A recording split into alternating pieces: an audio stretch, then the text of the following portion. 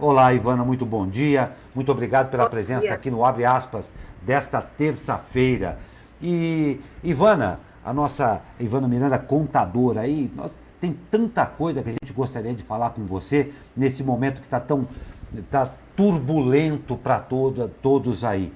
Mas nós queremos aqui começar já com, nós tivemos hoje aí, divulgado pela grande mídia, por nós aqui também, dessas novas aí medidas do governo.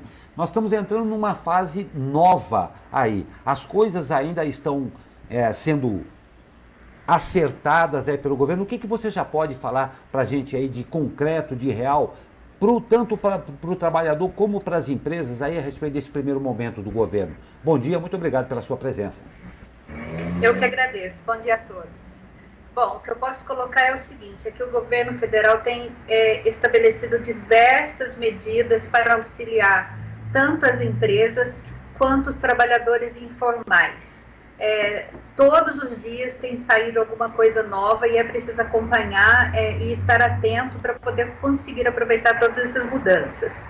Referente ao trabalhador informal, a novidade que nós temos é o auxílio emergencial, ou o pessoal está chamando aí de coronavírus, né? Que foi aprovado ontem pelo Congresso e agora só depende de ser sancionado pelo presidente. Então, o que é esse auxílio emergencial? É um auxílio de R$ 600 que será concedido aos trabalhadores informais, aos microempreendedores individuais, quem já está, quem que a gente pode dizer, por exemplo, que vai ser beneficiado deste auxílio informal? Os taxistas, os motoristas de aplicativos, as faxineiras diaristas, os ambulantes, todo esse pessoal vai ser beneficiado. Tem pré-requisito? Tem pré-requisito sim. A pessoa precisa ser maior de 18 anos, não ter emprego formal, ela não pode estar registrada em carteira, ela não pode estar recebendo nenhum outro benefício assistencial da Previdência, nem seguro-desemprego. O único benefício que poderá ser substituído por este auxílio emergencial é o Bolsa Família. Enquanto a pessoa estiver recebendo o auxílio emergencial, ela deixa de receber o Bolsa Família. Então, são para esses trabalhadores que esse auxílio foi criado, né, que foi pensado aí pelo governo para ajudar o pessoal que não está conseguindo trabalhar. Tem outras coisas, é necessário ter mais de 18, a família pode receber por família até 2 pessoas, desde que a renda familiar não ultrapasse 3 salários mínimos. E quando a pessoa for mãe de família, quando ela for chefe de família, ela pode receber até R$ 1.200 por mês. E como é que vai ser feito isso, gente? Essa acho que é a grande pergunta, né? Tá bom, já sei que eu vou receber, e agora então como é que eu vou receber? Então, essa pergunta a gente ainda não tem muito claro, ainda não ficou bem definido. Nós não sabemos se o governo vai pagar automaticamente para todas as pessoas que estão já cadastradas no MEI e naquele cadastro único, que é aquele cadastro do governo que permite identificar as famílias de baixa renda, ou se isso vai ter que ter uma ação por parte do recebedor, se o MEI vai ter que fazer alguma coisa, se a pessoa vai ter que fazer alguma coisa. O que se sabe até o momento é que quem não está em nenhuma dessas duas situações, quem não é MEI e quem não está no cadastro único, possivelmente vai ter que fazer uma autodeclaração na Caixa Econômica Federal. Então, deve sair agora por esses dias a forma, o que deve ser feito para que a pessoa receba. Isso ainda não temos definido com clareza. Perfeito, Ivana. Ivana, para quem está assistindo a gente, anotou ali, viu que se enquadra nesses quadros, né, nessas especificações, como que ela faz até o momento para ter direito a esse benefício? A gente sabe que não está muito claro ainda, mas você falou do cadastro único. Como é que é feito até o momento esse cadastro, né? Sim, o cadastro único é um cadastro para identificação das pessoas de baixa renda. Então, se a pessoa entrar no site lá do governo, que é o bolsafamilia.com.br, ela consegue fazer o cadastro único, se ela ainda não for cadastrada. E aí no site tem lá as informações dizendo quais são as condições para que a pessoa se enquadre para fazer esse cadastro único. O cadastro único identifica quem precisa receber o Bolsa Família. Então, quem precisa receber o Bolsa Família, num primeiro momento, o governo pensou assim, se ele está no cadastro único, automaticamente ele vai ter direito ao recebimento do auxílio emergencial. Não quer dizer que todos têm que estar nesse cadastro único, ok? Perfeito. Então, nós temos que aguardar para verificar, por exemplo, a faxineira diarista que recebe lá um valor por mês e que, em princípio, não está dentro da situação de recebimento do Bolsa Família. Como ela vai receber? Até esse momento, me parece assim que talvez tenha que ser feita uma autodeclaração junto à Caixa Econômica Federal, mas ainda não está claro. Ainda não está claro. Perfeito. Então, só para a gente reforçar para quem está assistindo a gente, quem tem direito são pessoas maiores de 18 anos que não recebem nenhum benefício do governo, seja ele aposentadoria, seguro-desemprego, certo? Estou acertando até agora? Certo. Só podem receber até agora 2 pessoas por família, no máximo, certo? Com renda máxima, de qual o valor da renda máxima por família? A renda máxima por família é até 3 salários mínimos, que corresponde hoje a R$ 3.135. Isso é o valor...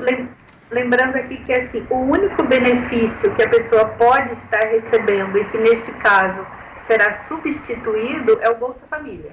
Perfeito. E essas pessoas devem se cadastrar no cadastro único do governo federal. Certamente que quem recebe o Bolsa Família já está cadastrado. Perfeito. Então o governo pensou assim, bom, o MEI eu já sei quem é. Quem está no cadastro único eu também já sei quem é. Então essas pessoas, eu suponho que seja esse o pensamento, essas pessoas automaticamente terão direito. A pergunta que nós temos hoje é assim, e quem não está, e quem não recebe o salário família e que não é MEI? Vamos dizer assim, aqueles trabalhadores informais que não estão cadastrados no MEI. O jardineiro que vai lá e faz uma coisinha, a faxineira diarista, o ambulante, esses são os que têm maior dúvida no momento. Perfeito. E esse benefício tem duração estimada aí pelo governo de quanto tempo? A duração estimada é de 3 meses, podendo ser prorrogado. Perfeito. A gente já falou aí agora dos trabalhadores informais, dos pequenos empresários, das pessoas físicas. Agora a gente quer saber das empresas. Que ações o governo tem adotado até o momento para as médias, pequenas e grandes empresas nesse momento de pandemia? Certo. Então, olha, o governo assim, liberou aí uma série de medidas, tanto na área tributária quanto na área trabalhista. É muita coisa que tem sido colocada e nesse momento, o que tem sido orientado às empresas, de uma forma geral, é o seguinte, que elas se programem, que elas se antecipem, que elas busquem soluções e que elas aproveitem, sim, todos os benefícios hoje que o governo está concedendo, que de repente pode dar para ela um momento de reorganização tributária. Mas não é só isso, ela não pode esperar essa ação só do governo, ela precisa fazer a parte dela também, ela precisa ter agilidade, criar medidas simples e ágeis para tentar conter o problema que vai acontecer na economia. O que significa isso? É muita preparação, muita comunicação.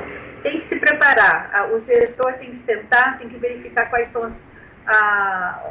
como que ele está em relação ao fluxo de caixa. Lembrando, gente, que o fluxo de caixa é importantíssimo. Por quê? Porque, olha, prejuízo fiscal normalmente não quebra uma empresa, mas fluxo de caixa quebra. Às vezes você tem um grande problema por conta disso. Então, nesse momento agora voltar as atenções muito para esse lado. E como é que vai fazer isso? Tem que sentar, tem que conversar com os fornecedores, tem que verificar todas as ações que são possíveis fazer em relação aos trabalhadores. Lembrando que as medidas que estão sendo colocadas, todas elas são visando a manutenção do emprego e não a demissão, tá? A ideia é manter o emprego. E para manter o emprego, tem muitas medidas que foram colocadas aí na área trabalhista.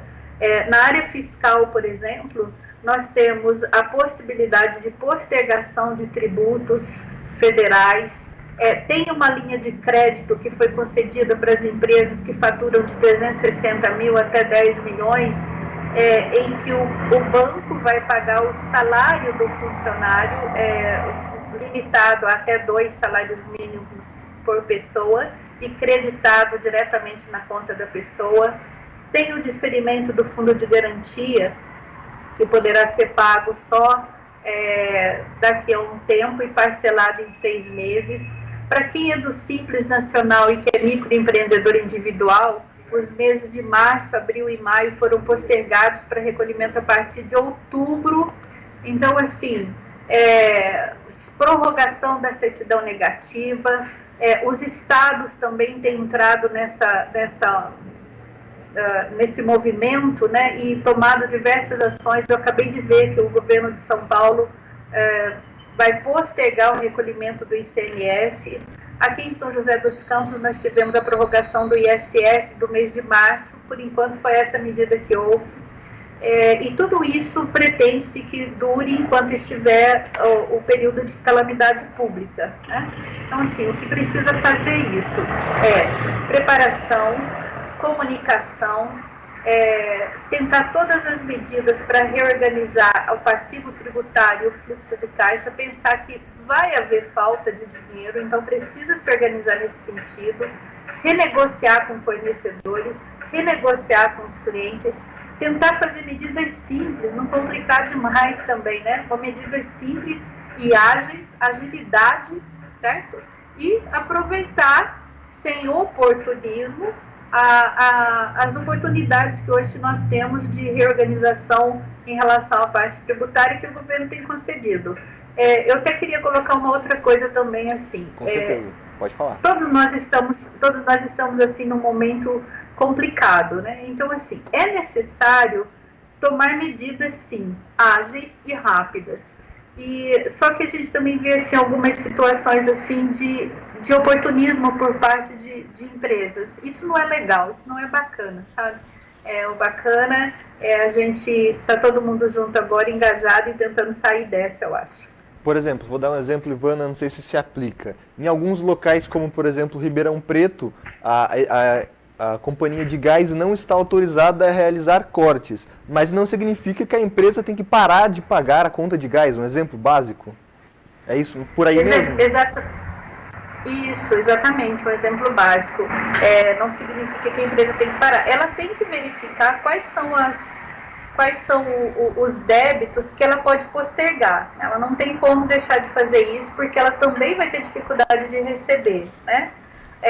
O que eu digo é assim, a pessoa não precisa necessariamente se utilizar de medidas que não são necessárias, ou a pessoa que de repente tem um recebimento, querer lá receber o auxílio emergencial, só porque existe essa possibilidade.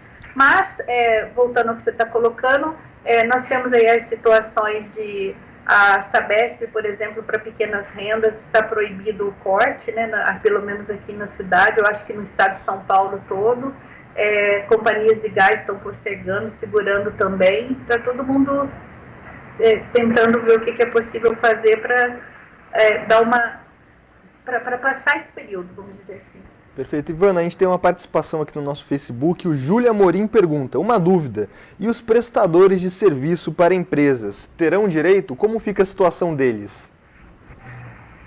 Prestador de serviço, aí tem que ver qual é a situação dele. Ele é um microempreendedor individual ou ele é um autônomo? Se ele estiver nessas duas condições, sim, ele tem direito. Agora, se ele for uma pessoa jurídica que não seja MEI, porque o MEI tem uma situação híbrida, né? Ele é meio físico, meio jurídico, aí no outro caso não teria. Pois é, Ivana, fica aí a resposta. Eu estou observando aqui, acompanhando também o que acontece de notícias a mais aí.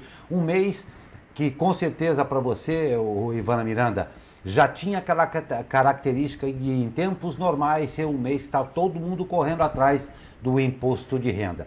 Mas vocês, contadores, estão tendo aí, acredito, nesse momento, um trabalho ainda maior, tentando entender e para passar para os seus clientes toda essa nova situação aí em que está o nosso país, nessa praticamente economia de guerra que nós já estamos e que vamos entrar mais profundamente ainda. Eu gostei muito quando você falou a respeito do oportunista. Infelizmente, no nosso país ainda existem, tanto por parte da pessoa física quanto por parte da pessoa jurídica, os famosos oportunistas predatórios. E nesse momento é importante que a gente saiba que cada um vai ceder um pouco para que a gente possa caminhar.